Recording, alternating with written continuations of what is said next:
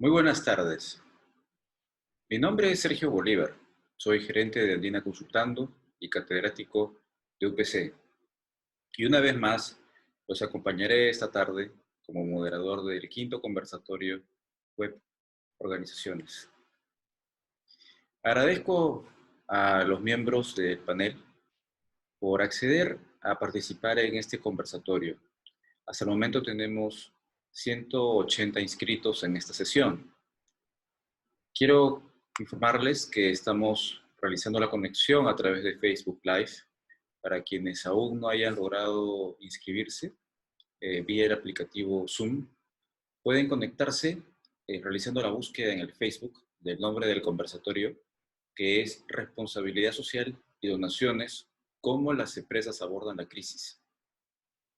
Este conversatorio lo estamos organizando en alianza con el PAD, la Escuela de Alta Dirección de la Universidad de Piura. El objetivo de este espacio es que se puedan generar reflexiones con un enfoque de propuestas que nos lleven a realizar propuestas para mejorar en el tema de responsabilidad social y las donaciones, más aún ahora que se pueden presentar eh, unos tiempos ya que se han visto dilatados con la cuarentena. Han habido rumores el día de hoy, sin embargo han sido desmentidos por el gobierno de un aplazamiento hasta nuevo aviso. Y los líderes de los negocios están afrontando de forma repetida una y nuevamente otra y otra vez la situación difícil de que pueden cerrar las puertas. Eh, Algunas empresas tienen que tomar la decisión de continuar o dejar de vincularse con sus empleados cuando no se tiene en cuenta o no se cuenta de repente con suficiente cash, ¿no? Por parte o liquidez. Y las organizaciones afrontan en este momento este problema y debemos verlo desde la dimensión ética de los temas. En este conversatorio esperamos revisar cuestiones tales como qué está sucediendo con las organizaciones en general y cómo están actuando con los stakeholders. ¿Se está siguiendo alguna línea de conducta ética que podamos decir que nos lleve a sembrar algún tipo de semilla para que tengamos una sociedad peruana mejor?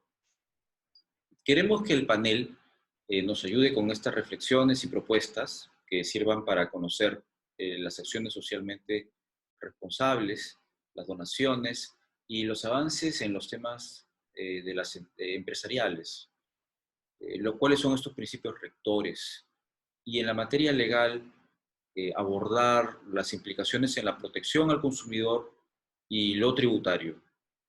Asimismo, queremos que estas reflexiones sirvan para poder aproximarnos mejor hacia la realidad con una vista de informaciones reales y menos distorsionadas o que generen confusión. Entonces, siempre buscamos en este espacio el honor hacia la verdad.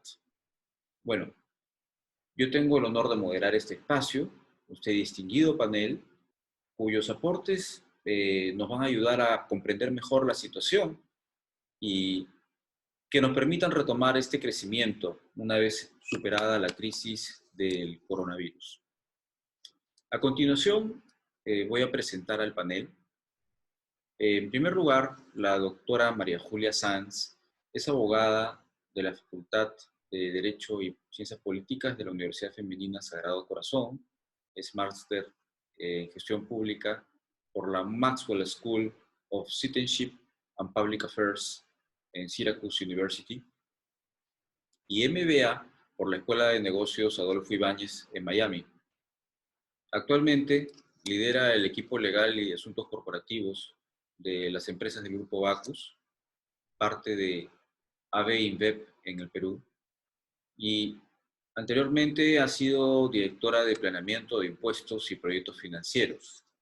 También ha sido socia de Ernst & Young y se unió a la industria cervecera cuando se incorporó a Abacus en el año 2012.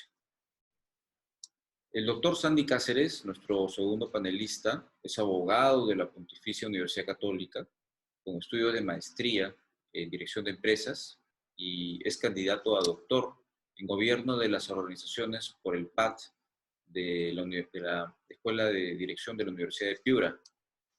Tiene especializaciones en perfeccionamiento directo, perfeccionamiento en dirección en Harvard Kennedy School of Government y la IES Business School de España. Es socio fundador de DEI Consulting y ha sido director nacional de AISEC. Se ha desempeñado como director y asesor de estrategia de diversas organizaciones, tanto público como privadas, y actualmente es profesor de Gobierno de las Personas y Realidad Nacional del PAT de la Universidad de Piura. En los temas legales tenemos al doctor Alonso Morales, quien es abogado de la Pontificia Universidad Católica del Perú. Ha realizado la maestría en mención de Derecho Civil y Comercial por la Universidad Mayor de San Marcos y también ha realizado el doctorado de Derecho Empresarial por la Universidad de Sevilla, de España. Tiene especializaciones en Derecho Administrativo y Regulación Económica por la Universidad de Salamanca y destaca por su labor en entidades públicas y privadas, sociedades mercantiles, es árbitro de la Cámara de Comercio de Lima, de la OCSE y otras instituciones. También ha presidido comisiones de protección al consumidor en IDECOPI y CONACEF, y actualmente socio principal y jefe del área corporativa y de protección al consumidor, competencia del estudio Torres y Torres Lara Abogados. También nos acompaña del mismo estudio Torres y Torres Lara Abogados, la doctora Indira Navarro. Ella es abogada de la Universidad de Lima, tiene maestría en tributación y política fiscal de la Escuela de Posgrado de la Universidad de Lima y ha seguido especializaciones en política fiscal y tributación nacional. Actualmente es jefe del área tributaria y de responsabilidad social del estudio Torres y Torres Lara, directora ejecutiva de la revista del Peruano de Derechos de Empresa y también consultora del IFC del Banco Mundial para temas de obras por impuestos. Bueno, a continuación les voy a explicar en qué consiste la secuencia del conversatorio. En este caso, tenemos a nuestros panelistas y en este tema tenemos un bloque legal que va a tener entre cada panelista y el bloque legal 10 minutos aproximadamente para abordar el tema. Es decir, la doctora María Julia Sáenz, lo empresarial, el doctor Sandy Cáceres, lo académico, y un bloque legal que comprenderá 10 minutos aproximadamente y estará dividido en las intervenciones del doctor Alonso Morales en lo relacionado a protección al consumidor y la doctora Indira Navarro en lo tributario. Al finalizar estas exposiciones voy a proceder a leer las preguntas del público al primer panelista para que pueda responder. Terminadas sus respuestas, vamos a seguir con las preguntas al segundo panelista y finalmente en el bloque legal voy a leer las preguntas en su conjunto. En el caso de que algún panelista desee complementar las respuestas de otro, va a poder hacerlo porque vamos a tener un micro abierto. Pueden ir enviando desde ahora sus preguntas a través del icono de preguntas y respuestas que está en la barra inferior con un Q&A. Si hubiesen preguntas genéricas, al final daré una oportunidad de respuesta para ellos. Bueno, en primer lugar, tiene la palabra la primera panelista, la doctora María Julia Sáenz, para tratar los problemas de responsabilidad social y donaciones desde un enfoque empresarial. Su intervención será de 10 minutos aproximadamente. Doctora María Julia, cuando termine la exposición, por favor me indica que finalizó. Puede comenzar.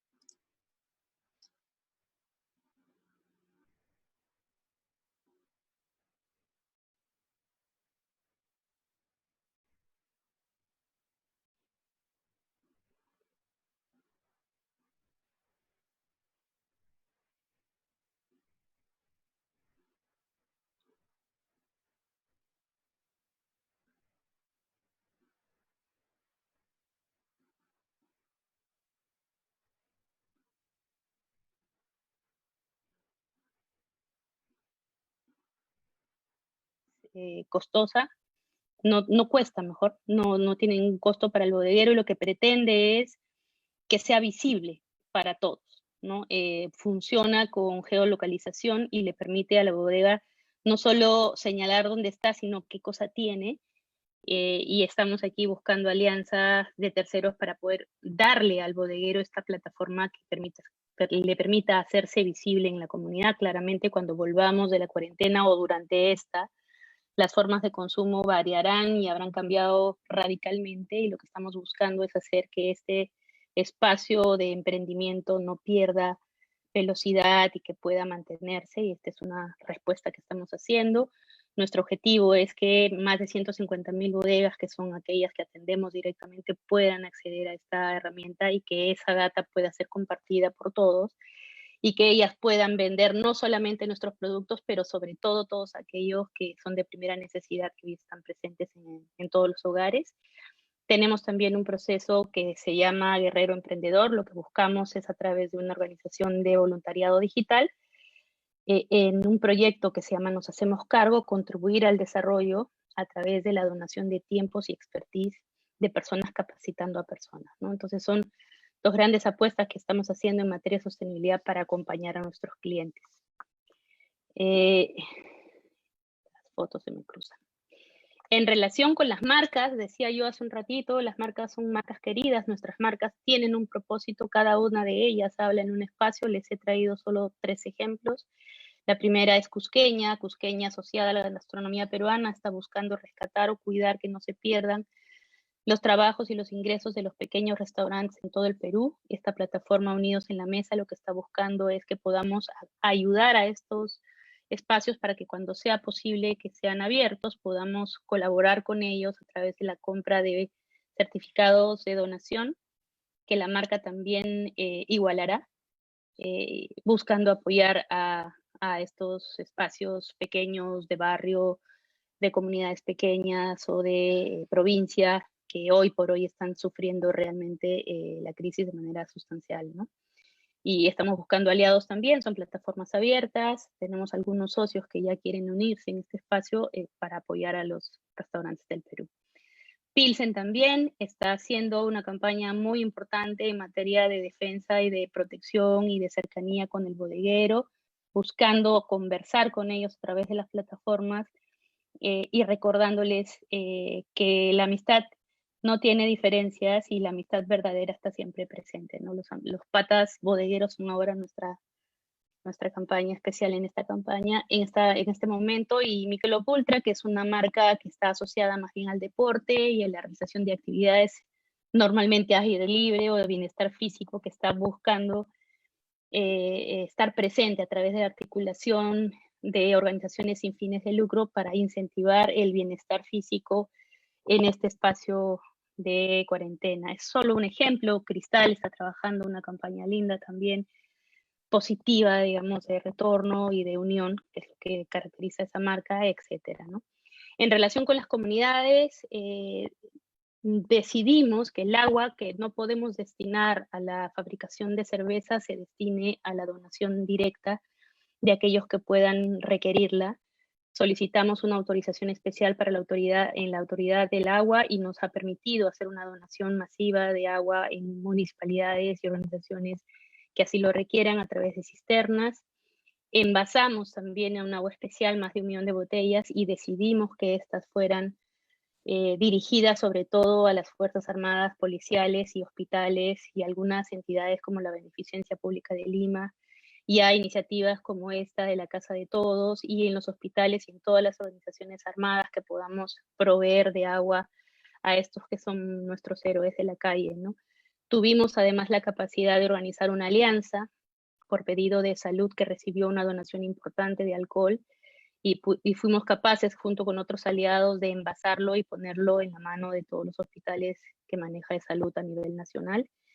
Hemos hecho una alianza también importante en todas las organizaciones gubernamentales supranacionales, y hemos entregado una cantidad importante de nuestros productos en cada una de las municipalidades y comisarías y organizaciones de bomberos en todo el Perú.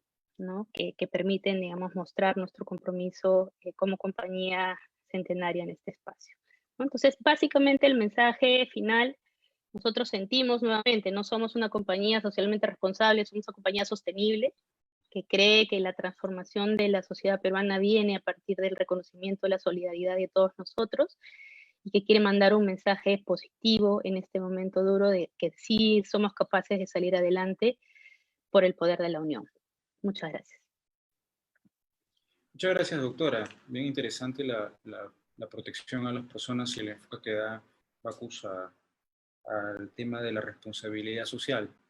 A ver, para continuar con el panel, eh, vamos a invitar tiene la palabra nuestro segundo panelista, el doctor Sandy Cáceres, quien va a comentarnos acerca del tema de responsabilidad social y donaciones desde un enfoque académico. Por favor, su intervención de 10 minutos y me indica, por favor, cuando haya terminado. Gracias.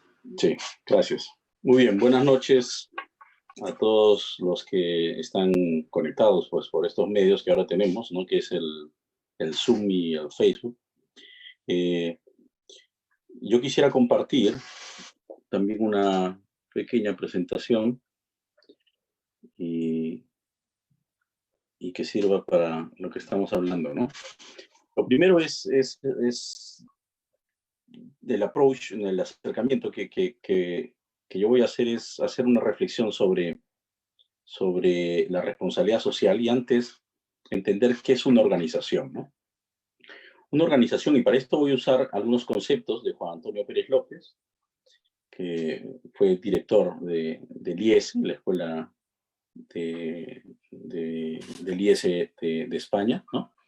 Y entonces él decía que es una organización, es un conjunto de personas que realizan acciones coordinadas para conseguir resultados comunes, ¿no? Y en una organización, pues están estas personas, pero no necesariamente con los mismos motivos, ¿no? Hacen estas acciones, pero sí tienen un resultado común.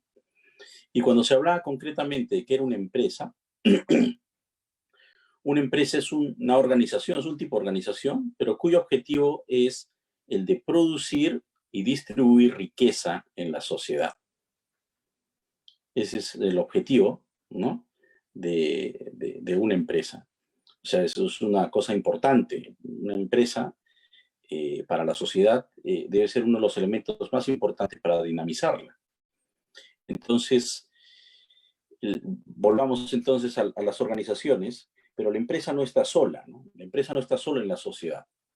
En la sociedad, si quisiéramos hacer algún tipo de aproximación de cómo está compuesta, pues me gustaría utilizar esta, que es una manera de agrupar cómo funcionan los actores, los distintos actores en la sociedad, y podría decir que hay un eje económico, que son los que hacen el gasto público y el gasto privado, ¿no? En este caso, el gasto privado, pues lo hace la empresa, y el gasto público lo hace la administración pública. Pero también hay un eje social, y el eje social, pues lo representan los políticos, ¿no? Que representan intereses de grupos sociales, y la civil society. Aquí he puesto el término civil society, entendiendo que la civil society son las familias, es la sociedad real, ¿no? Para no identificar que a veces nosotros nos hemos acostumbrado a entender que en el término en español, que es sociedad civil, es principalmente usado para las ONGs, pero es más amplio. Y quizás en el mundo anglosajón se usa de una manera apropiada el término civil society, entendiendo que son los mismos quereres y la organización misma de la sociedad en base a las familias, ¿no? Entonces, vemos que hay más actores y que estos actores deben estar, en cierta manera, relacionados y con cierta interdependencia, porque todos se nutren, ¿no? Para resolver un problema, por ejemplo, un problema como el que tenemos ahora de una pandemia, un problema de salud pública, no basta con lo que hagan los políticos. tampoco con lo que pueda buenamente hacer la administración pública, ¿no? El ejército, la policía, sino que necesita mucho la colaboración de las empresas y de las propias familias, de la propia civil society.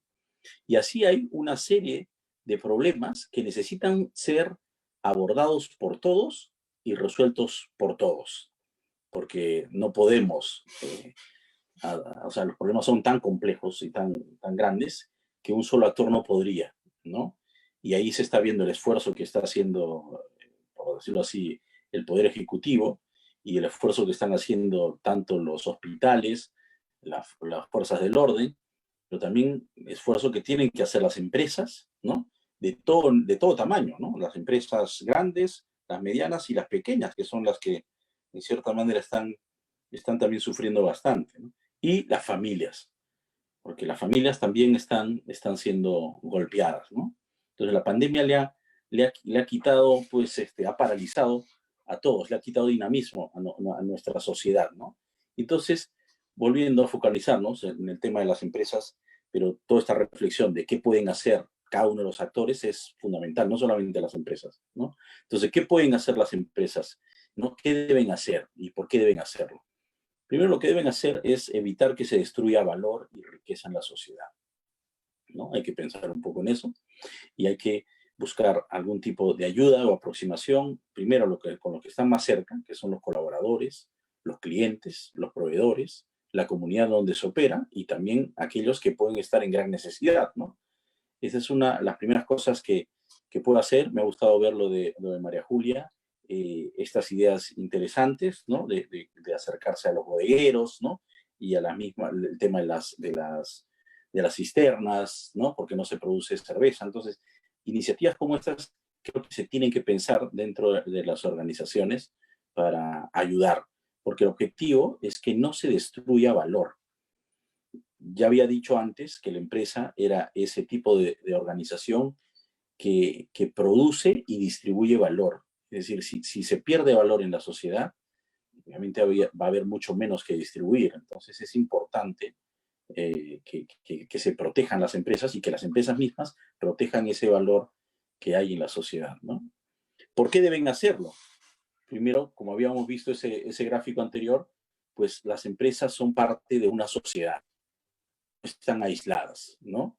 Y todos dependen de todos, ¿no? Las empresas dependen pues de sus consumidores, pero también de sus proveedores, también de las políticas que ponga el Estado y viceversa, ¿no? Entonces esto es pensar cada vez más en el bien común que tiene que haber en una sociedad. Y creo que cuando hay crisis es donde se nos prueba sobre esta posibilidad, ¿no? De medir y ver qué tanto bien común o cómo vivimos el bien común en nuestra sociedad, ¿no? Es necesario que todos los actores se ayuden cuando tengan problemas, porque esto genera confianza y genera algo que en el Perú debemos ir incrementando, que es el capital social, ¿no?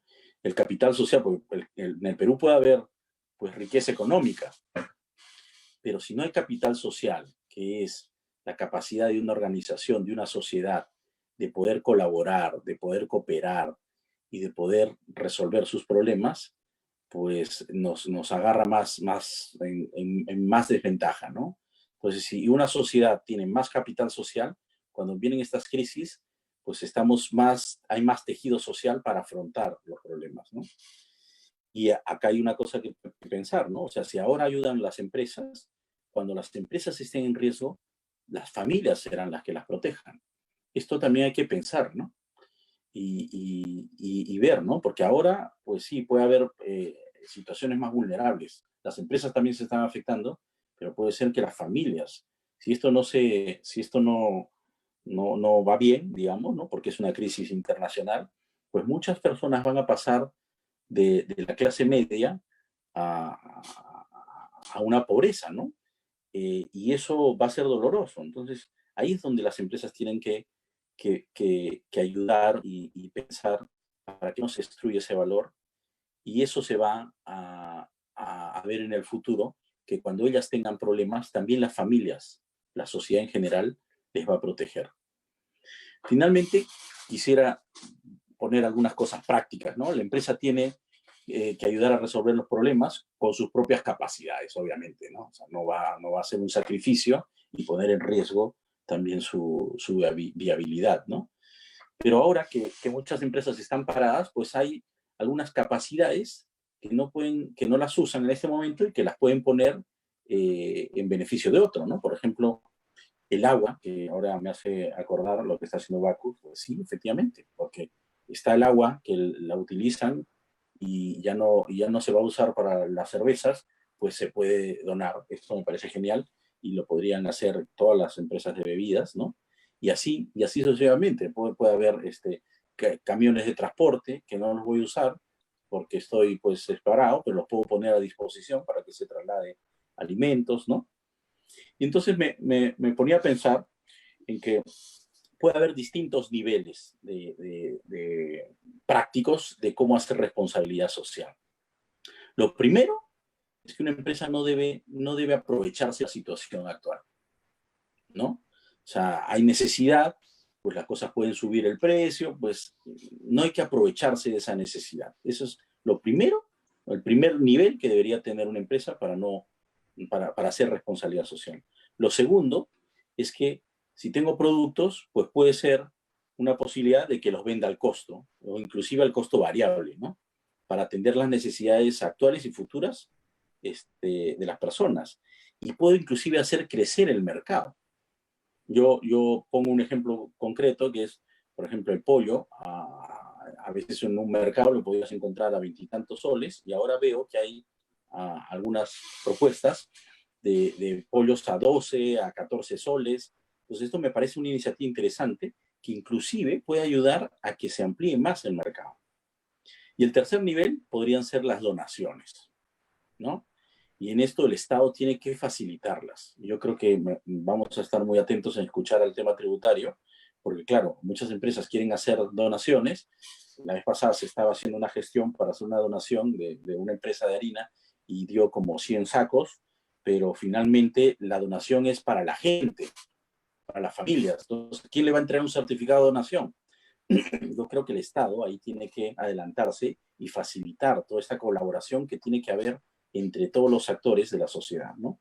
Y finalmente, para terminar, si las personas naturales quisieran donar, primero creo que hay que preocuparse por el círculo más próximo, ¿no? Entonces, ¿quién es mi círculo más próximo? Pues no sé, el empleado del hogar, quizás no se ha quedado con nosotros y está en su casa, pues ¿cómo la estará pasando? Y el jardinero que venía a atender a veces las cosas en la casa o en el condominio, pues ¿cómo la estará pasando? O quien te lavaba el carro, o tu peluquero, ¿no? O sea, gente que que tú le consumías sus servicios, pero que ahora están parados. Y para ellos es importante, pues los 10 soles que le pagabas, los 20 soles que le pagabas, no sé, esto sí hay que pensar porque es algo concreto y tienes las personas identificadas, ¿no?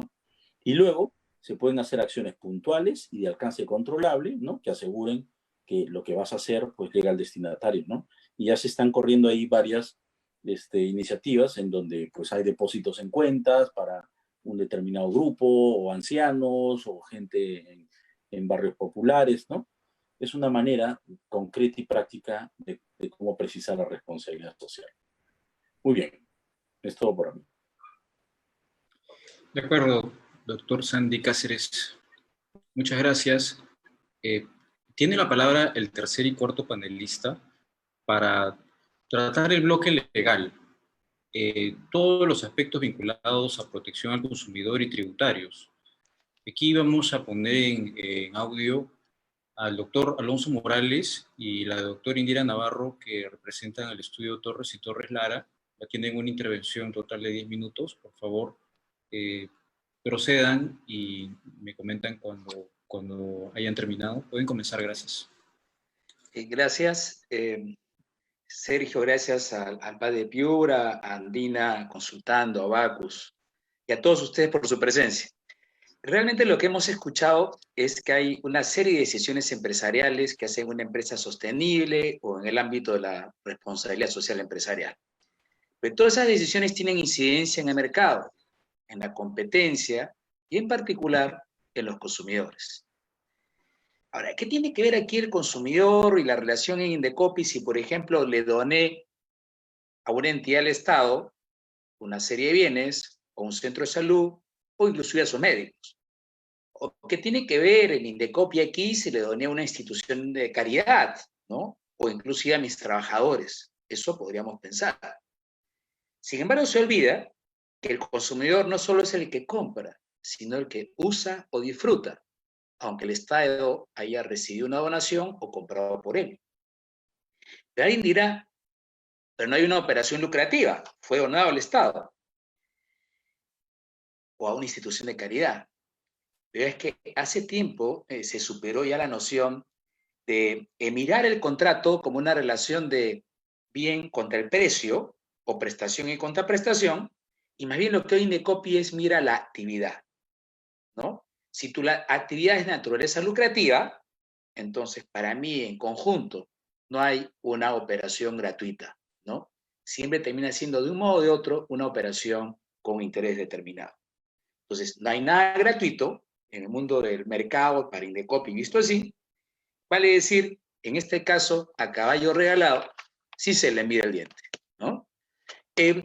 Y es interesante analizar entonces de esta perspectiva lo que han venido haciendo algunas empresas, ¿no? Por ejemplo, me llamó mucho la atención el caso de Delosi, ¿no? Conformada, pues, como ustedes saben, por KFC, Pizza Hut, Starbucks, Burger King, Antusan, en fin, que donaron 24 toneladas de alimentos. Algo semejante hizo Norquis, ¿no? Y ¿quiénes fueron las donatarias, las que recibieron? Instituciones públicas, hospitales, médicos, personal de salud, bomberos, marina y guerra, y nos contaban de que hoy actualmente siguen recibiendo pues pizzas, etcétera, pollos, estos productos, ¿no? El personal de servicio médico. San Fernando donó a comedores populares unas 2.500 unidades de pollo, unas 4 toneladas, ¿no? San Antonio donó insumos a sus trabajadores, lo mismo hizo La Lucha. Muy bien, lo que hay que tener presente es que obviamente en el mercado, aunque esto haya sido donado, pues lo que esperan los consumidores de estos productos es que los productos estén buenos, sean de calidad, no me vayan a intoxicar, vale decir, están en su periodo de vigencia, ¿no? Y que correspondan a las unidades que se ofertaron.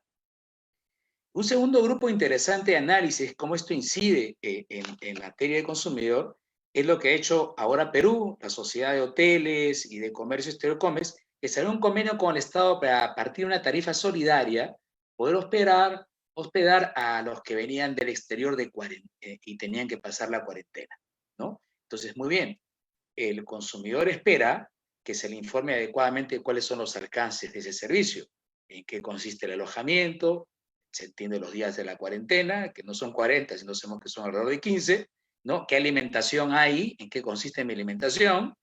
¿Va a haber limpieza en mi habitación? ¿Va a haber servicio de lavandería, cambio de ropa, arreglo de la habitación? O sea, ¿qué me van a dar con precisión y con claridad? ¿No? Todo muy preciso, porque de repente no faltará un consumidor que piense que lo están discriminando también, ¿no? Otro ejemplo interesante, la Universidad de Piura, por ejemplo, redujo un 9% de las pensiones económicas al grupo de pregrado. Cuidado, podría pensar la gente de posgrado, ¿por qué no a mí? ¿No? ¿Cómo justificamos esto? ¿No hay una política discriminatoria? En realidad no la hay, porque simplemente podría justificar la universidad que es esa distinción, porque en buena cuenta los padres, los muchachos de pregrado son sostenidos por sus padres y que tienen un gasto fuerte y los profesionales sostienen su posgrado y que, bueno, pues hay un grupo un poco más debilitado económicamente ahí, ¿no? Otro tema que realmente es interesante es lo que ha pasado con las plataformas, ¿no?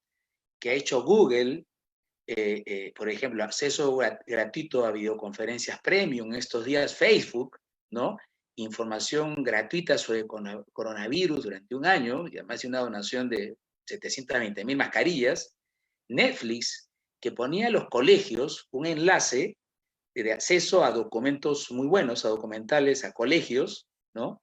Pero como ya los colegios, vale, si eran enlaces que se determinaban en función de los colegios, pero como en este momento la educación está a nivel remoto, los ha puesto en YouTube por un año, ¿no? Y documentales muy interesantes y muy buenos. Naturalmente, todas estas experiencias de documentación pues tienen que cuidar las advertencias, ¿no? De quienes van a acceder, vale decir, personas de qué edad, ¿no? Si tienen que ser acompañados por padres o por profesores en la información que se está brindando. Y un último punto, con el cual concluyo, es la interesante experiencia que ha mostrado Amazon y la plataforma eBay, ¿no? Amazon eliminó 1 millón de artículos de limpieza y de limpieza personal de su plataforma por aumentar los precios deliberadamente o sustancialmente, ¿no? eBay hizo lo mismo respecto de mascarillas y pañuelos desinfectantes, porque superaron por mucho los precios regulares, ordinarios. Claro, esto es impactante, ¿no? Porque si esto lo hubiese hecho el Estado, se hubiera dicho, oye, esto es una intervención, un control de precios, una intervención en la libertad empresarial, ¿no? Pero lo hace un privado porque trata de cuidar seguramente y obviamente la reputación de su plataforma, ¿no? Y obsérvese, y lo hace jurídicamente de modo aceptable porque tiene el principio de libertad de contratación que lo apoya, ¿no? Pero claro, la libertad de contratación tiene sus limitaciones. Si estás en posición de dominio, no puedes excluir, sobre todo cuando estás en posición de dominio y lo que quieres es apropiarte del mercado de los que estás excluyendo. Práctica exclusoria típica, ¿cierto?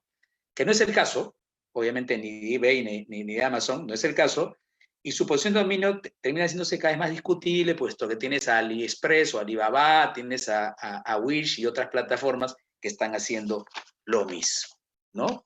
Quería por el momento circunscribirme eso y presentarles esos casos, y muchas gracias. Lira.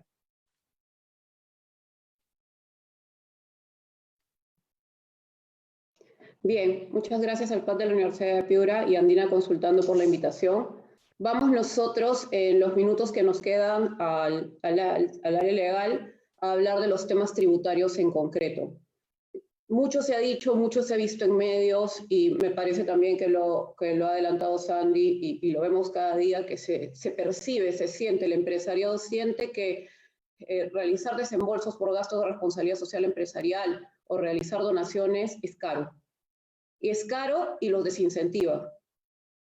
¿Pero por qué? Porque parece que nuestro sistema tributario, nuestro ordenamiento tributario se ha quedado un poco desfasado. Ejemplo, dentro de todo lo que han estado conversando los anteriores ponentes, vamos a tratar de englobar en 3 situaciones concretas el efecto tributario de todo lo que hemos estado conversando. En el caso de los gastos de responsabilidad social empresarial, no tenemos normas que nos establezcan cuando un gasto de responsabilidad social empresarial es deducible o no para efectos del impuesto a la renta. Entonces, como no hay una norma, el Tribunal Fiscal y el Poder Judicial han dicho qué es lo que ellos creen que es un gasto de responsabilidad social empresarial deducible. Pero dice cosas que no se adaptan necesariamente a situaciones como las que estamos viviendo en este momento. Ejemplo, acepta la deducción de gastos de responsabilidad social empresarial cuando hablamos de conflictos con la población, que no es nuestro caso actualmente. O para ver gastos que están alrededor del local donde opera la empresa, que no necesariamente es nuestro caso en este momento. O establece el Tribunal Fiscal que la acción debe estar prevista y regulada en el programa de responsabilidad social empresarial. Si en este momento revisamos nuestros programas de responsabilidad social empresarial, las empresas que los tenemos, ¿habríamos previsto el tema de la pandemia? Es muy poco probable. Entonces, frente a estas situaciones, y estoy hablando 3 de 7 u 8 parámetros establecidos, prácticamente estamos hablando de que los desembolsos podrían terminar siendo contingentes. Eso por el lado de la responsabilidad social empresarial. Vamos a lo más común, a las donaciones. Lo que ha sido mencionado varias veces, en el caso de las donaciones, nuestro sistema regular, ordinario, lo que dice es que la donación en principio no es deducible para efectos del impuesto a la renta. Lo dice claramente el 44 de la ley del impuesto a la renta. Y la única manera de que se permita esa deducción para efectos del impuesto a la renta es cuando estamos hablando de gastos realizados hacia el sector público o de donaciones efectuadas a entidades perceptoras de donaciones. Vamos a contextualizarnos. Domingo 15 de marzo, el presidente declara el estado de emergencia. Al día siguiente, empresarios ya estaban realizando donaciones, todas las que han estado mencionando los ponentes anteriores, e incluso habían colas fuera de las empresas donde se estaban dando donaciones no solamente al sector público, sino a las poblaciones vulnerables y a los mismos trabajadores. ¿Cómo lo maneja un empresario cuando tiene un régimen de donaciones que le resulta adverso y que le resulta contingente? Que le exige que verifique que es una entidad que está inscrita en un registro, en un padrón, que es muy probable que no preguntamos y que ni siquiera la SUNAT le podíamos consultar porque no estaba atendiendo. Entonces, tenemos incluso un informe de la misma SUNAT que señala que la donación de servicios no es deducible como gasto para efectos del impuesto a la renta. ¿Qué es lo que necesitamos entonces? Urge, es indispensable en este momento un régimen especial de donaciones. Y esto no es ajeno a nuestro gobierno. Recuerden el año 2017 cuando pasó el fenómeno del Niño, ¿lo recuerdan? En ese momento se generó un régimen de donaciones transitorio que facilitó y canalizó en gran medida este tema de las donaciones. Entonces, sería importante que el Poder Ejecutivo, en este momento que ya tiene la facultad, facilite. ¿Por qué? Porque al facilitar las donaciones, no lo debemos pensar como que estamos pensando en el beneficio del empresario, porque no es un beneficio, es simplemente neutralizar el efecto. ¿Para qué? Para que el empresario de ninguna manera se vea desincentivado, de ninguna manera, que no exista un elemento tributario para que tome la decisión de ayudar, porque estamos en un contexto donde definitivamente necesitamos ayuda y colaboración. Entonces, las decisiones económicas no deben estar condicionadas por un efecto tributario. Las decisiones económicas deben estar condicionadas porque somos empresas sostenibles, como lo comentó María Julia, porque somos empresas socialmente responsables o porque tenemos una vocación de colaborar. Entonces, si no se encarece y el tema funciona, vamos a tener muchas más formas de compartir con los demás. Un tema que también se mencionó ha sido el tema de la disminución de las tarifas hoteleras. En este caso también sería conveniente que se documente efectivamente la disminución de precio para que precisamente la administración tributaria nuevamente no desincentive estos actos. Y esto es el marco legal. Estamos hablando entonces de la necesidad de generar un marco legal que fomente estos actos. Estamos en una situación que no va a durar un mes, ni va a durar 2 meses. Estamos hablando de que las proyecciones de los especialistas en temas económicos están hablando de un año, de quizás nos vamos hasta el año 2021 con este tema, y lo que se necesita es una conducta empresarial responsable y sostenible en el tiempo, porque tiene que ser así, tiene que ser sostenible en el tiempo. Todos los ajustes tienen que realizarse en nuestro sistema tributario de modo que esto pueda persistir y que no se trate de desincentivar al empresario, porque precisamente el empresariado es el que nos va a ayudar y va a ayudar al gobierno directamente a salir de esta situación. Creo que por el tema tributario por el momento es todo lo que quisiéramos comentar. Gracias, Sergio.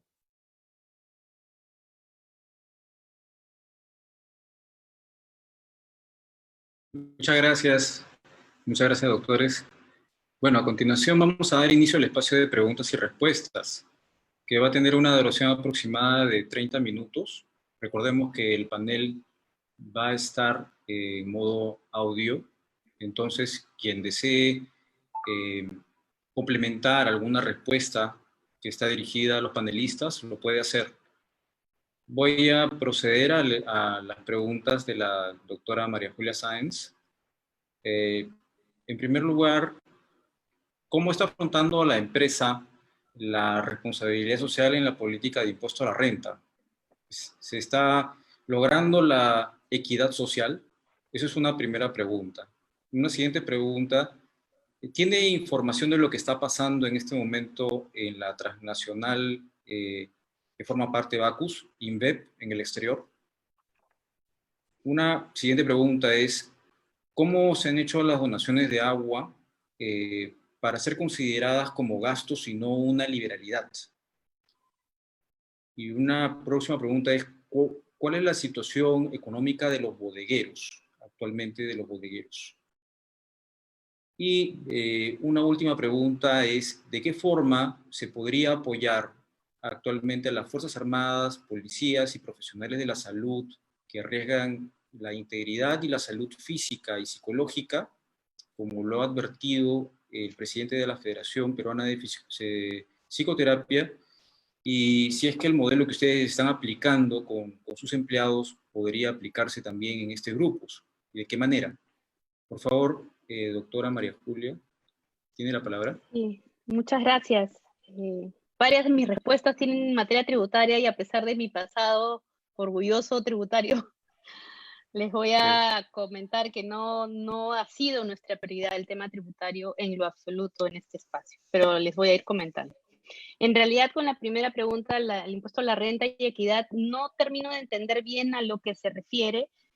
Podría hacer un abordaje en dos espacios. El primero, en relación a cómo el gobierno decidió ayudar para propósito de cumplir con obligaciones tributarias en general, difiriendo sobre todo temas de pagos mensuales y la declaración jurada anual de impuesto a la renta, cosa que no alcanzó a nuestra compañía ni a ninguna otra compañía como nosotros. Nosotros no hemos recibido ningún tipo de beneficio o incentivo tributario de ninguna naturaleza.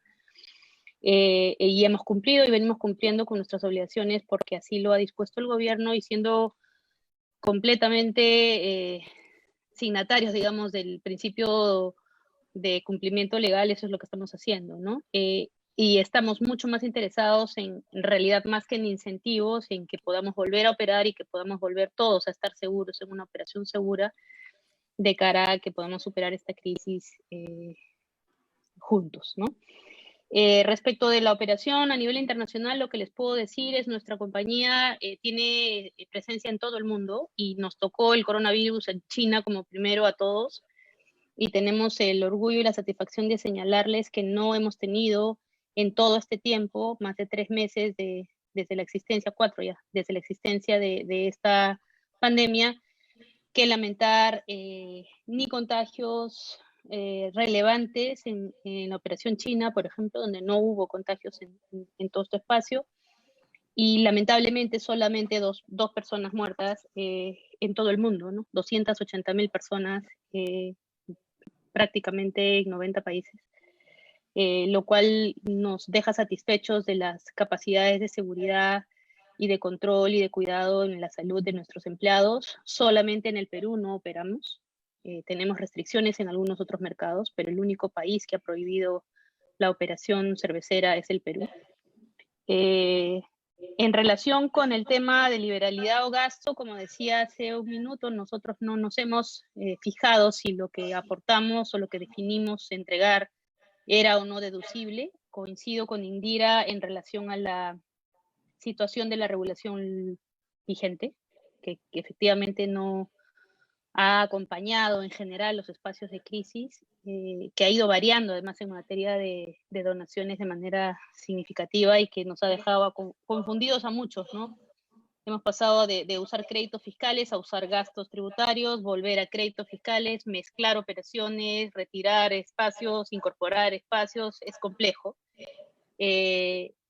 Sin embargo, creo que en aplicación de los principios básicos de la tributación podríamos reconocer ciertos espacios de deducibilidad asociados también al principio de causalidad, porque finalmente, como decía Sandy en su presentación, nosotros, las empresas, somos parte de la comunidad y somos generadores de riqueza y la riqueza que nosotros generamos es la que tributa.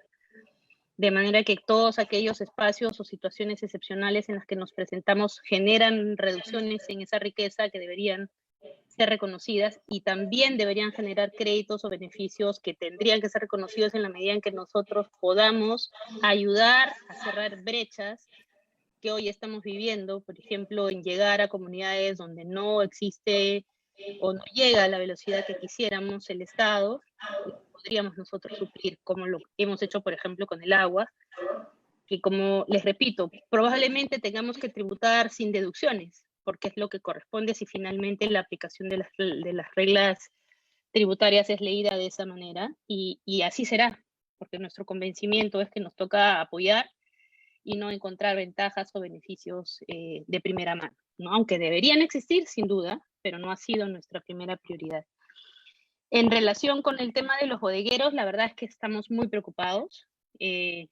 Más de la mitad de las bodegas están cerradas, y están cerradas en razón a cierto temor, sin duda, pero sobre todo a desabastecimiento. Es complicado para negocios chiquitos como ellas mantenerse vigentes con tantas restricciones.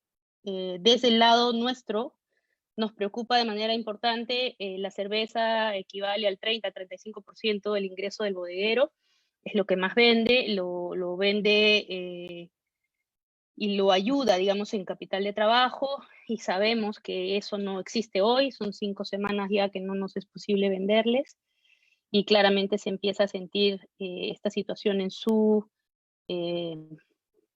precariedad económica y como les decía, lo sabemos, estamos en contacto con 150.000 todos los días que nos están constantemente pidiendo volver, y está nuestro compromiso de hacerlo cuando así lo decida el gobierno y poder cumplir evidentemente con todos los protocolos de seguridad que así se requieran. Nos sentimos confiados de que eso es así. Compartimos la semana pasada la experiencia mundial de AVI en un webinar como este con la Sociedad Nacional de Industrias, donde pudimos mostrar nuestras experiencias en todos estos países. Hemos hecho nuestro protocolo, lo hemos definido en general también con todos los productores de cerveza. Es la primera vez en la historia del Perú que todos los productores de todos los tamaños hemos hecho un protocolo juntos. Ha sido entregado al gobierno para su consideración y hemos podido compartir mejores prácticas para cuidar el retorno seguro de nuestro proceso cervecero, que esperemos sea pronto, ¿no? Y la última pregunta en relación con qué hacer para ayudar a Fuerzas Armadas, Policía Nacional o población en general que atiende esta emergencia. Miren, yo creo que cada uno de nosotros desde el espacio donde se encuentra tiene mucho que hacer. Primero que nada, cumplir con la disposición del gobierno. Creo que no podemos no ser solidarios con estas personas que arriesgan su vida y dejan a sus familias para salir a cuidarnos. Tenemos que ser responsables individualmente de cumplir con todas las condiciones que el gobierno establece, como personas individuales, con nuestros hijos, con las personas que tenemos en nuestras casas, con la distancia social, con el aislamiento, con el bloqueo químico, el físico, usemos la mascarilla, el lavado de manos, son cosas básicas que realmente necesitamos usar. En segundo término, miremos al costado, siempre hay algo que hacer. Yo me emociono mucho con ellos. He tenido, en estas 5 semanas solo he podido salir 2 veces. Las 2 veces han sido para acompañar en un primer momento al Comando Conjunto en la entrega del agua que pudimos donarles, y en un segundo momento el espacio médico de alcoholes para salud. Y la verdad es que siento un profundo orgullo de todos nosotros de poderles haber dado un poquitito de lo que nosotros tenemos para facilitar su labor, pero creo que lo que más podemos hacer es cumplir con nuestra obligación y mantenernos en el aislamiento que se pide, mantener la distancia y usar protocolos de seguridad y ser conscientes de que probablemente muchos de nosotros no vayamos a sufrir decesos, pero que podríamos generar decesos en otros que son poblaciones más vulnerables que nosotros. Así que nos toca ser ciudadanos comprometidos, responsables, y ayudar desde el lugar en el que nos encontremos con las conductas individuales que se nos pide tener. Gracias. Gracias, doctora. Un mensaje solidario importante. Tenemos unas preguntas que están dirigidas al panelista Sandy Cáceres. A menos que alguno quiera complementar las anteriores. ¿No?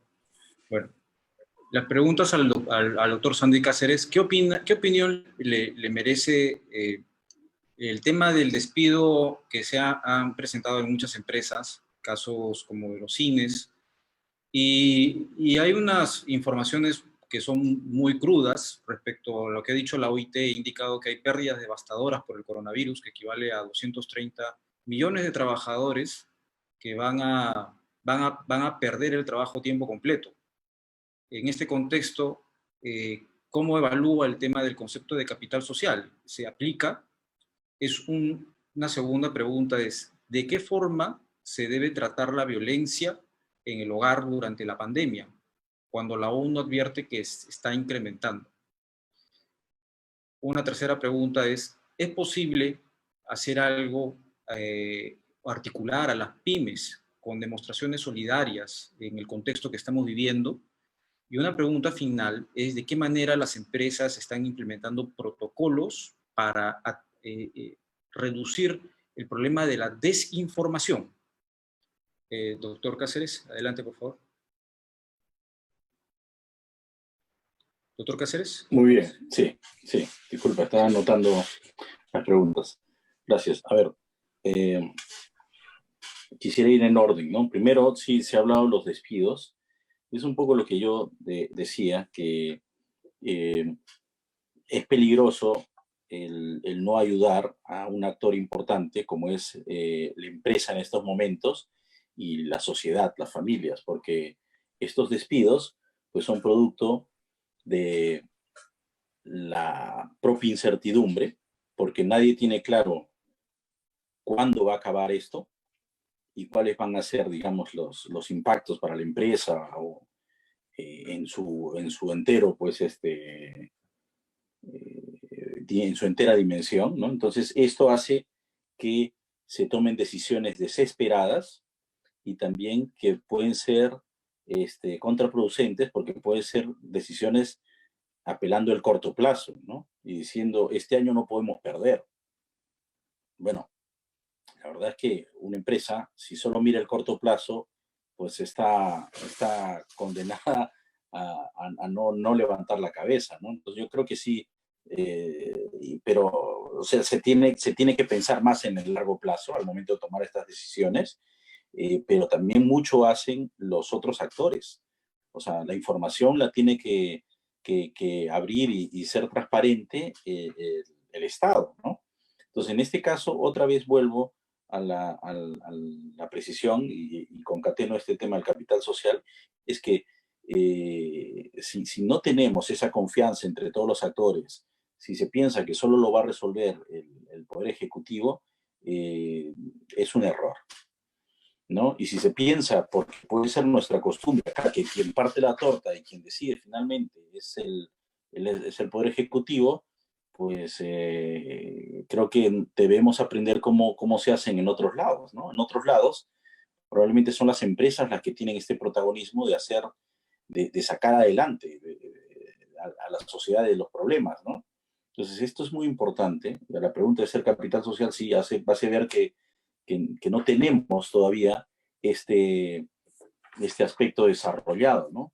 Y si quieren, hago tres precisiones sobre capital social. El capital social se ha hablado desde Aristóteles, ¿no? Que ha hablado pues, sobre sociedad, ¿no? Y política, pero voy a usar uno más reciente, que es el de Robert Putnam, que es un profesor de Harvard, y para él capital social está en base a tres cosas: relaciones de confianza, normas de reciprocidad y compromiso cívico. Las relaciones de confianza están relacionadas pues a la honestidad que hay en una sociedad. Las normas de reciprocidad a la solidaridad que hay en una sociedad. Y el compromiso cívico al bien común, si hay una preocupación por el bien común. Entonces simplemente apliquemos estos indicadores a nuestra sociedad y veamos qué tanto capital social hay. Y bueno, si en esta crisis se ven algunos huecos, pues es oportunidad de comenzarlos a llenar, ¿no? Con más solidaridad, con más transparencia en la información, para dejarse ayudar, ¿no? Porque no es un problema solo del Ejecutivo, es un problema de todos. Y con más preocupación por todos, ¿no? Por el bien común. Y quizás abordando las últimas preguntas, en lo que es la violencia del hogar, pues sí. Y esto creo que se debería pensar mucho en que ahora se utiliza mucho la televisión y los medios de Internet para educar, pues sale una idea interesante que es, oye, como hay violencia en el hogar, ¿cómo se debería educar? ¿Cómo se debería educar al hogar? Entonces, ahora que todos estamos encerrados, o estamos en el Internet, o estamos en la televisión, por decir algo, pues todas esas cosas sí, otra vez, el bien común, ¿no? La gente se está peleando. ¿Qué debemos transmitir? Pues virtudes, ¿no? Debemos transmitir virtudes, debemos transmitir paz, esperanza. Esto es otra vez responsabilidad social de los medios de comunicación, porque claro, viene mucha presión en la gente, ¿no? Los problemas psicológicos, los problemas entre parejas, ¿no? Y finalmente, el tema de las empresas de la desinformación es volver a lo anterior, ¿no? Que es, necesitan transparentarse todas las cosas, todo lo que está pasando. O sea, el Ejecutivo tiene que ser muy transparente si ha habido errores, si algo no está funcionando, pedir ayuda al sector empresarial. No, es imposible que este problema, que es inédito, lo solucione solo el Poder Ejecutivo. Bueno, lo dejo ahí. Creo que he tratado de absolver todas las preguntas. Ok, de acuerdo, doctor. Bueno, tenemos a continuación unas preguntas al panel legal. Aquí he tratado de consolidar varias preguntas que están referidas a lo tributario, pero también al aspecto de protección. Entonces, voy a leer las preguntas para ambos panelistas. Primero es, ¿qué medidas concretas se están tomando, se deben tomar para asegurar la salud de los trabajadores y de los clientes en la crisis? Una segunda pregunta, que es un comentario. Se necesita precisar si la empresa que dona, o la persona o entidad que no está registrada como una entidad receptora de donaciones frente a la SUNAT, porque no se le está reconociendo el gasto, entonces sería un ingreso para la compañía afecto a impuesto a la renta. En este caso, que se reconozca el gasto sería una ventaja, es realmente una ventaja. Ahí necesitamos que se deje muy en claro esa diferencia entre la deducción del gasto, que no sería un beneficio, y otra que sería, ¿qué es a cuenta de los impuestos? Es una pregunta muy al lado tributario, ¿no? Y un aspecto laboral, otra pregunta es, a pesar de que las medidas que se toman, se están tomando, ¿cómo se va a evitar de poder enfermarse un trabajador o un empleado que no cumple con las demandas de la empresa? ¿Qué hacer en estas situaciones, ¿no? En este momento. Bueno, hay preguntas legales a los abogados varias, así que voy a continuar leyéndolas. ¿Qué lectura tiene acerca de los sobreprecios en este contexto? Casos como el tema de los alimentos y las mascarillas y los temas del cuidado personal. ¿Se debe proteger el uso de productos certificados cuando se necesita producirlos por empresas pequeñas o empresas que no necesariamente se han dedicado a hacerlo en el pasado y no tienen estas certificaciones? Otra pregunta es sobre el tema tributario. Sería, ¿se deben tomar en cuenta en este contexto de la volatilidad de precios y la reciente caída del precio del petróleo, cómo afecta el asunto tributario también? ¿Qué medidas tributarias se pueden tomar en este aspecto? Y finalmente, una pregunta también para el aspecto tributario es, estas medidas de flexibilización, exactamente qué consistiría este régimen especial de donaciones, si es que son medidas concretas de flexibilización, si es que se ha hecho alguna propuesta al Poder Ejecutivo que puede establecer algún régimen de donaciones al respecto, o si es que ya se ha hecho, ¿cuándo estaría reflejado, ¿no? Esto, si es que ha tenido alguna respuesta al respecto, ¿no? Por favor, quedan abiertos ambos abogados para el doctor Morales y la doctora Navarro para que nos respondan. A ver, Indira, ¿comienzo? No te escucho, pero bueno, ok. Tomo la iniciativa. Ya, ok. Ok.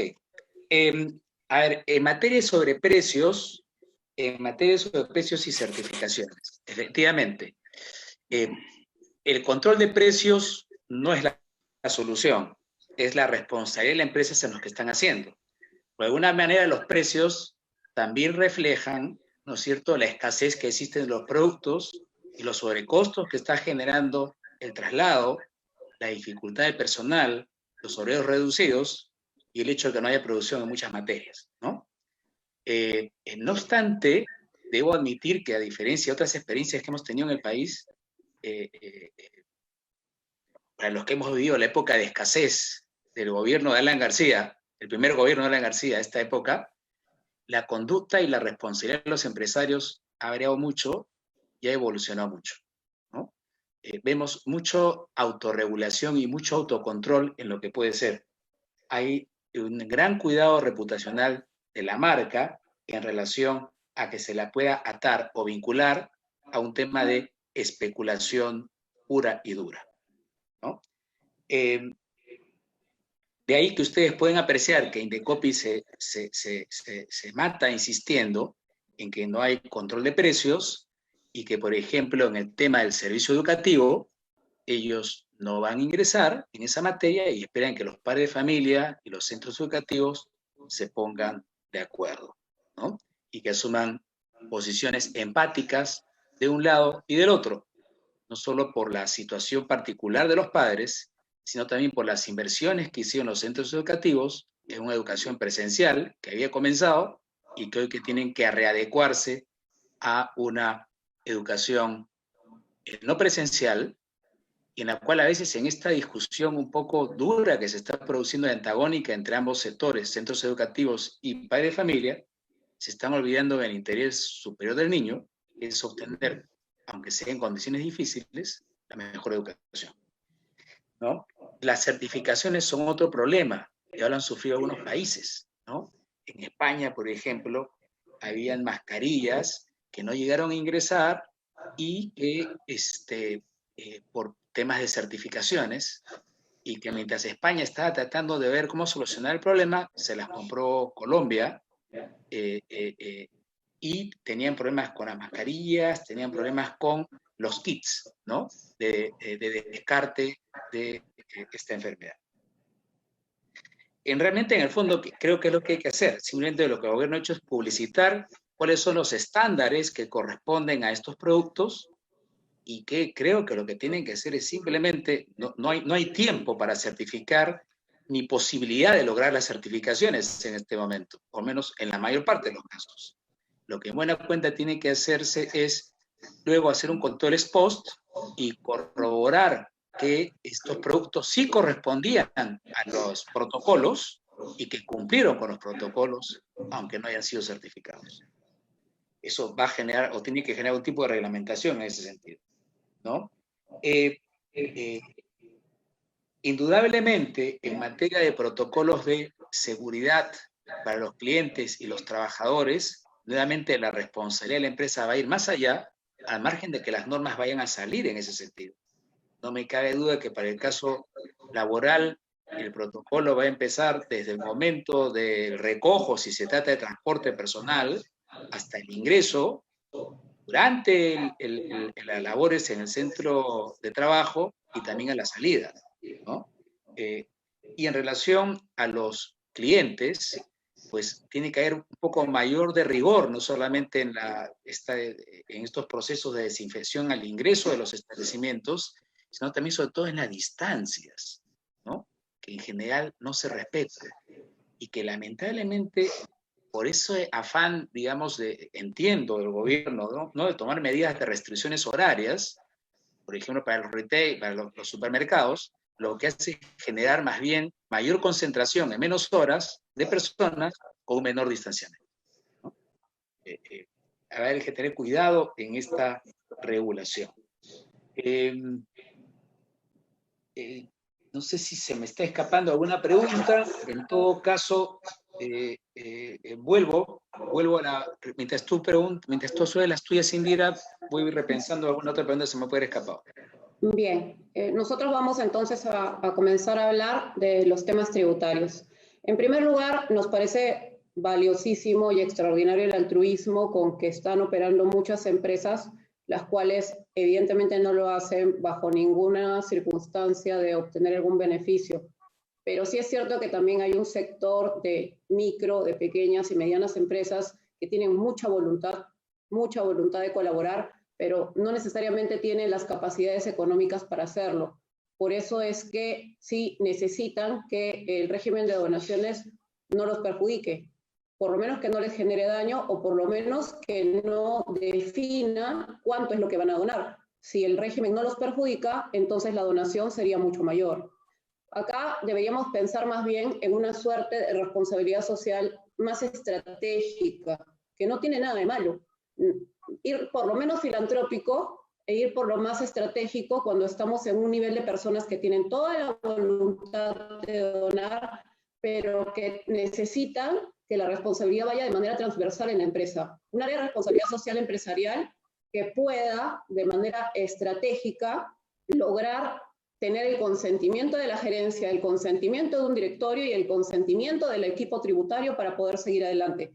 Esas son las situaciones de responsabilidad social empresarial que tienen mayores capacidades y mayores alcances y son más sostenibles en el tiempo. Eso es lo importante y es lo que quisiéramos que comencemos a mirar. Mirar no solamente el momento, mirar el futuro. porque este tema, repetimos, y los especialistas lo han señalado, no va a durar 2 meses, 3 meses. Nosotros necesitamos que los empresarios sigan apoyando a todos, que los empresarios sigamos apoyando todo el año 2020 y quizás el año 2021. Entonces, sí se necesita algún tipo de, como decimos, no beneficio, sino forma de neutralizar esta situación. Que el tema tributario no condicione lo que quieras hacer ahora por las poblaciones vulnerables, que el tema tributario no condicione que quieras ayudar a los hospitales, que quieras ayudar a las Fuerzas Armadas, que quieras ayudar a la policía.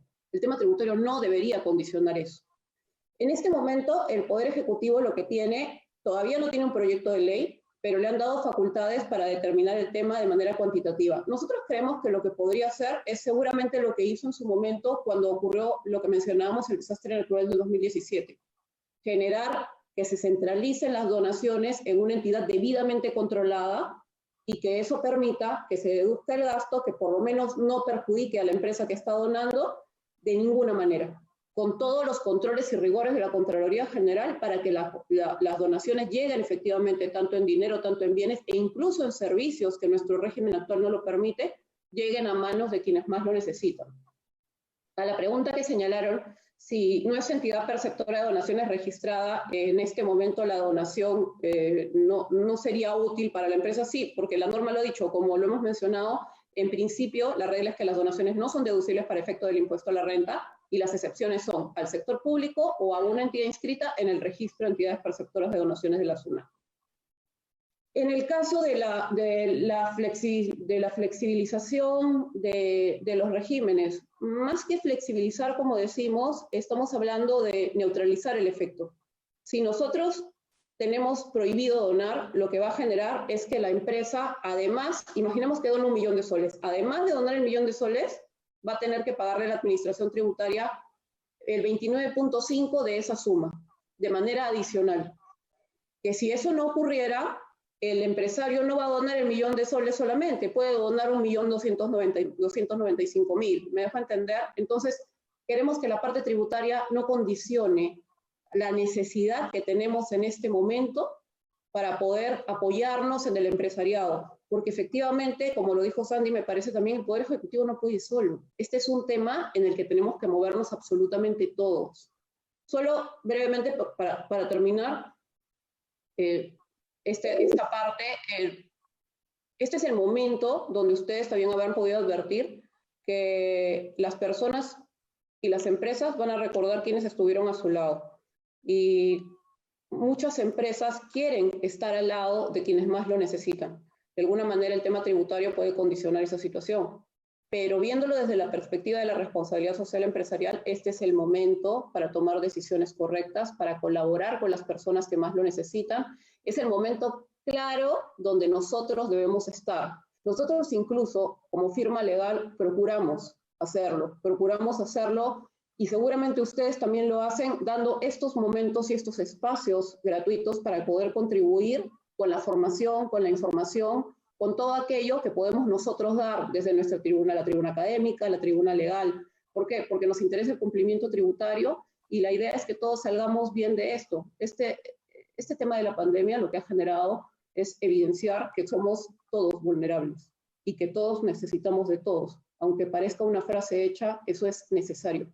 O sea, todos tenemos que colaborar. No es solamente el rol del gobierno, sino todas las empresas tenemos que estar. Y la mejor manera de que todas las empresas estemos es que ninguna situación ajena a la voluntad de colaborar condicione esas ganas de seguir adelante y de hacer responsabilidad social estratégica. Creo que es todo por el momento. ¿Alonso? Sí. ¿Algo más que quieran agregar, doctor? Yo quisiera aprovechar mi condición de estar panelista. Lo que pasa es que escuché muy atenta la exposición de María Julia y la verdad que me ha sorprendido gratamente porque de repente no conocía tan de cerca lo que están haciendo en este momento Bacus. Y, digamos, quería comentar algo y preguntar algo, ¿no? No sé si es solo la realidad Bacus o en qué medida lo han trabajado. Indudablemente, hacer lo que hacen que una empresa sea sostenible y genere sobre todo esa empatía con sus stakeholders, porque buena cuenta es lo que han logrado, ¿no? Creo que no hay mejor escenario para hacer una empresa sostenible que la empatía con tus stakeholders. ha generado una inversión fuerte de ellos, indudablemente, y todos sabemos que en las empresas lo que genera, hay dos formas de generar valor, ¿no es cierto? O muchos ingresos o menos gastos. Obviamente, un tema de la sostenibilidad implica invertir, no decir gastar, en tus stakeholders para lograr esa empatía, ¿sí? Y eso implica un alineamiento y que lo entiendan bien los accionistas, ¿sí? Implica naturalmente un trabajo muy fuerte e importante de los gerentes o administradores para que los accionistas entiendan en qué, de alguna manera, cómo es que este interés social que antes era visto como el lucro máximo para el accionista, hoy se ha visto en el sentido de que hay una parte que tienes que invertir o gastar para que tu empresa sea sostenible en el tiempo, ¿no? Y que esta parte del gasto, que muchas veces planifica y lo toma como iniciativa el gerente, es porque en buena cuenta está velando por el interés final del accionista en una empresa sostenible, ¿no? Entiendo que InBev debe haber producido un trabajo muy, muy fuerte en ese sentido y tienen ustedes unos accionistas convencidos de ello, ¿no? Pero sería interesante un poco cómo lo han trabajado, María Julia, si nos lo puedes compartir, porque creo que ese es el reto de las empresas día a día en materia de cómo lograr que los accionistas entiendan, ¿no? Y más aún en un país de tercer mundo como el nuestro, en un país en vías de desarrollo, entiendan cómo es que esta inversión es necesaria para que logren las empresas un largo plazo, ¿no? Ya sé que hay ejemplos en el sector minero, pero me gustaría un poco conocer más la experiencia de usted. Te agradezco, Alonso. Mira, yo creo que la compañía en general y todas las compañías somos conscientes, hoy más que nunca, de que somos parte de un ecosistema, ¿no? No estamos separados entre comunidad y Estado, entre empresas y personas, somos todos parte de un ecosistema y los problemas no se tercerizan, ¿no? No enviamos a la luna nuestros problemas a ver cómo se resuelvan, ¿no? Es un ecosistema y creo que esta crisis te está demostrando que aunque no te guste, eres parte de él y lo que tú hagas puede tener un impacto positivo o puede tener un impacto negativo. Entonces vuelves al sentido de propósito, ¿no? ¿Cuál es tu propósito en el mundo? Y eso es lo que nosotros estamos haciendo. ¿Cuál es la razón de ser de Bacus o de una compañía de AB InBev? ¿Qué pasaría si yo no existiera? ¿Quién me extrañaría? Pasas de preguntarte eso. Si nadie te extraña porque no estás, quiere decir que no importas, ¿no?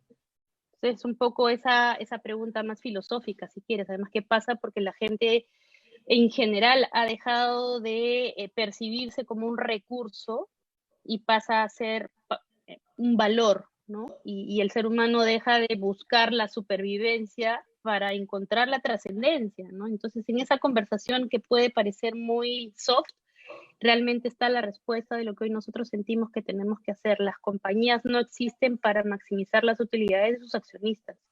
Las compañías existen para maximizar la felicidad de las personas. Y yo creo que las empresas tenemos la capacidad de hacer que esa felicidad sea gigante, ¿no? Porque nuestras labores, y por empresas me refiero a organizaciones chicas, grandes, medianas, mega, como Bacus, tenemos una capacidad de generación de felicidad a través de esa riqueza, digamos, que se comparte, que no podemos sino ser de esa manera. Y yo siento que los accionistas de mi compañía hoy más que nunca empiezan a sentir que eso es así, ¿no? Me parece que la utilidad es fundamental, creo que es un crimen no tener utilidades, digamos, una compañía existe evidentemente para ser rentable, pero el cómo es más importante, hoy más que nunca, ¿no? Estamos buscando tener un espectro positivo en los espacios en los que nos movemos, y hoy ya no pensamos solamente en el accionista, pensamos en las personas que trabajamos allí, pensamos en los accionistas sin duda, pensamos en las comunidades en las que estamos, pensamos en el ambiente, ¿no? En el daño o el beneficio que nuestro actuar genera en el planeta. Y mira lo que ha pasado con el RIMAC en estos días, o con la Costa Verde, o con nuestros cerros andinos, o nuestros cielos. Esa es una respuesta del espacio en el que tenemos que ser todos conscientes que somos parte de esa simbiosis, ¿no? Entonces, siento que a partir de esa construcción es que se suman factores más que se restan, ¿no? Siempre vamos a buscar ser eficientes, siempre vamos a buscar poner las inversiones donde reditúen más, pero las pensamos desde la perspectiva de la participación más que del recurso, ¿no? O sea, no es esa optimización de los recursos son finitos y hay que pelearse por ellos y competimos y gana el mayor, el más eficaz, el más eficiente. Ese concepto de estamos en guerra creo que va variando, ¿no? Quizás en el mundo hemos experimentado una serie de transformaciones y las empresas o los negocios no han sufrido el mismo nivel de transformación y se siguen comportando la mayor parte de ellos como si fueran estructuras de guerra, ¿no?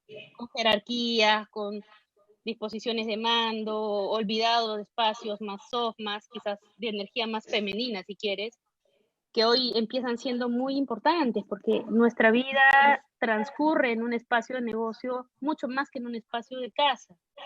Nosotros no estamos buscando el equilibrio casa-trabajo o vida de familia, vida empresarial. Lo que estamos buscando es más bien una combinación, ¿no? Que básicamente integre al ser humano que trabaja y que tiene una familia. No que busca un pedacito de su tiempo para trabajar y un pedacito de su tiempo para compartir con su familia. Y creo que este espacio, por ejemplo, de cuarentena que hoy vivimos, nos compele a eso, ¿no? Pero yo tengo un hijo y estoy a veces más en este escritorio que con él estando físicamente juntos. Y te empiezas a dar cuenta que no necesitas equilibrio, lo que necesitas es integración, ¿no? Esa es la discusión que estamos teniendo y por eso es que yo decía, yo no me gusta mucho hablar de responsabilidad social porque es como una etiqueta en un pedazo de soy responsable y vendo y compro y pago y tengo finanzas y tengo recursos. No. Soy un todo, ¿no? Una entelequia de personas que están buscando generar felicidad, ¿no? Ser extrañados si no estuviéramos. Es un poco la filosofía que tenemos. Interesante, gracias. Muy bien. Vamos a hacer una pregunta final de cierre para todo el panel, que está formulada para términos generales. ¿Cómo perciben ustedes que se podría recomendar formular alianzas, formular esa unión entre empresas, ONGs y otros actores para participar en donaciones? ¿Qué es lo que se podría hacer de manera concreta, pragmática, para que se encuentre ese lado humano? Inclusive entidades financieras están pensando en intervenir en este tratamiento. ¿Cómo lo ven ustedes? Puede tomar la palabra cualquiera de ustedes. Bueno, si quieres, aunque está ahí Alonso. Sí. ¿Quién habla? No lo sé. Sandy, comienza tú, yo te sigo. Sí. O sea, me hace pensar que a veces se muestran propuestas muy grandes y muy, digamos, por decir, me acuerdo un chiste que alguien me hizo, muy napoleónicas, ¿no? Es decir, que son unas aventuras grandes que las grandes empresas y no sé qué cosa, ¿no? Y eso que a veces es muy grande, resta, digamos, interés. Es mi percepción. Creo que también se tiene que motivar mucho lo micro, las cosas pequeñas, ¿no? Es decir, la ayuda entre vecinos, la ayuda entre amigos, la ayuda entre familiares, iniciativas pequeñas, cómo en provincia se hace. Esto se ve dentro del tejido, ¿no? Porque si no, se piensa que solo los grandes son los que aglutinan todas estas iniciativas, que seguro van a pasar, ¿no? Pero creo que hay que pensar también en todas esas iniciativas prácticas que se pueden hacer desde el hombre común y corriente, desde tu casa, ¿no? Como decir, oye, los chicos que están cuidando ahorita el condominio, les doy un ejemplo en mi caso, ¿no? Los chicos que están cuidando el condominio, pues están quedándose a vivir casi acá, y todos nosotros nos turnamos en alimentarlos desayunos, almuerzo y cena, ¿no? Y después preocuparse, ¿no? Oye, el peluquero que me cortaba el pelo, no sé, en el club y que era variable, ¿qué hago con él? O sea, ¿cómo será este señor? Le hago una llamada, le digo, ¿cómo estás? No sé qué cosa. O en el caso mío, por ejemplo, la señora que nos ayuda en la casa, pues ya van a ser 2 meses que está fuera. Entonces, lo que yo tengo que hacer es, oye, te voy adelantando algo, ¿no? Porque también veo que tiene necesidad, ¿no? Entonces, creo que esto hay que, o sea, está muy bien lo grande organizarse, ¿no? Pero también lo chico, lo micro, ¿no? Y creo que no pude responder una pregunta que ahora vi, que era el tema de agrupar a las pymes, ¿no? Yo creo que sí, es importante agruparse, pero hay que encontrar primero los intereses, ¿no? Pero no solamente basta que estemos agrupados, sino que hay que organizarnos. Y ese es todo un reto, que sepamos organizarnos, ¿no? Y estoy pensando en esta crisis y que ya pasará en algún momento. Pero lo otro es que creo que en nuestra sociedad necesitamos desarrollar algunas estructuras de participación. O sea, cómo nos hacemos escuchar, ¿no? Desde lo micro hasta lo macro. Es decir, cómo se hacen escuchar las pymes. ¿Las escuchan?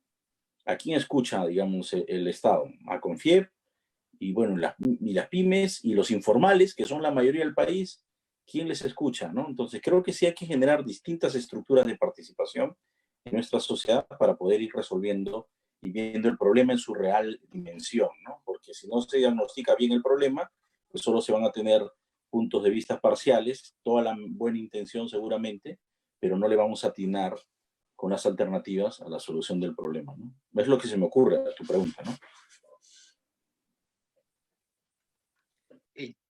Yo puedo contar una experiencia, Sergio, en particular. Nuestro estudio de abogados, que es uno de los pocos estudios que, mejor dicho, creo que es el único estudio hasta ahora que tiene la certificación de RSE, de Responsabilidad Social Empresarial, entre otras razones porque aparte de temas de consumidor, ha tenido un arraigo en el tema de cooperativas, que son empresas de tipo social. Y tu pregunta es muy buena, porque digamos, a nivel microfinanzas, uno de los sectores más importantes ha sido el sector cooperativo para asociar, y en particular a las empresas agrarias. Me refiero a las cooperativas de ahorro y crédito, que son, vamos a decirlo, los banquitos de las pequeñas empresas agrarias. Entonces ha salido este fondo de asistencia, de apoyo a las MIPES, ¿no? FAEMIPE, y resulta que, digamos, cuando tú vas al agro, las pequeñas financieras son muchas de estas cooperativas, ¿no? No hay mucha banca privada, no hay banco de la nación muy cerca, y son estas pequeñas financieras. Entonces, cuando estas quieren acceder a este financiamiento de FAEMIPES, dicen, no, ustedes no, porque son muy pequeñitas. Y cuando se juntan en centrales, que vamos a decir son como especie de cooperativas de segundo piso financieras, se dicen, no, porque solo prestamos a las que directamente trabajan con el agro. Entonces, mire el problema que tienes de financiamiento para el agro, ¿no? Y obviamente el agro además es muy informal, ¿no? Y entiendo que al ser muy informal, la regulación de los bancos les impide trabajar con sectores que a veces no manejan estados financieros, o que, por ejemplo, sus terrenos, sus predios, no tienen, por cierto, digamos, inscripciones en registros públicos actualizadas. Entonces no sirven para garantías preferentes o para garantías hipotecarias. Entonces yo le preguntaba a estas cooperativas, ¿cómo ustedes terminan prestando o teniendo garantías? Porque simple y llanamente me decían, lo que hacemos es nosotros, le decimos al que va a recibir el crédito, a ese parcelero, véndeme tu casa. Y la venta de la casa es la garantía. Y luego cuando se acaba el crédito, le revenden la casa, ¿no? Ese es el otro mundo del Perú que no se está viendo y al cual la regulación no está llegando, ni el financiamiento del Estado está llegando, ¿no? Esos son temas que tenemos que afrontar y resolver. Pues tú decías, con muy buen criterio, ¿cómo hacemos en el tema financiero para que se asocien y se ayuden? Y mira lo que está pasando en este caso. Cuando se asocian, sus asociaciones empresariales o de servicios financieros son muy pequeñitas. Y cuando se dan un paso más, la regulación le dice, no, tú ya eres muy grande y eres de segundo piso, ya no te doy. Conclusión, igual no les llega. Quería decirte, tenemos un problema de regulación. Y como todos sabemos, en el Perú el 90% de la economía es pequeña empresa. Y el agro, parcelero, mucho más. Y ese sector necesita mucha ayuda y hay que ver cómo hacemos con regular mejor estos temas para que llegue finalmente esa asistencia financiera. Doctor, gracias. No sé si la doctora Indira o la doctora María. Doctora, a ver. Sí, un breve mensaje. Yo creo que es importante que todos sintamos que podemos hacer algo, ¿no? No importa el tamaño. A veces, como hacía Alonso o el mismo Sandy, ¿no? Esa pequeña ayuda que tú le das a esa persona cercana a ti es toda la ayuda que va a tener. Y para ti es un poquito y para ella es el mundo. Igual de ayudas gigantes que podemos hacer algunos que tenemos algún brazo mayor, es tan relevante, ¿no? Entonces yo creo que es importante ser conscientes de que siempre al costado hay alguien que necesita más que uno. Y mi consejo en el equipo con el que yo tengo la satisfacción de compartir la mayor parte de mi tiempo, ese es siempre el mensaje, ¿no?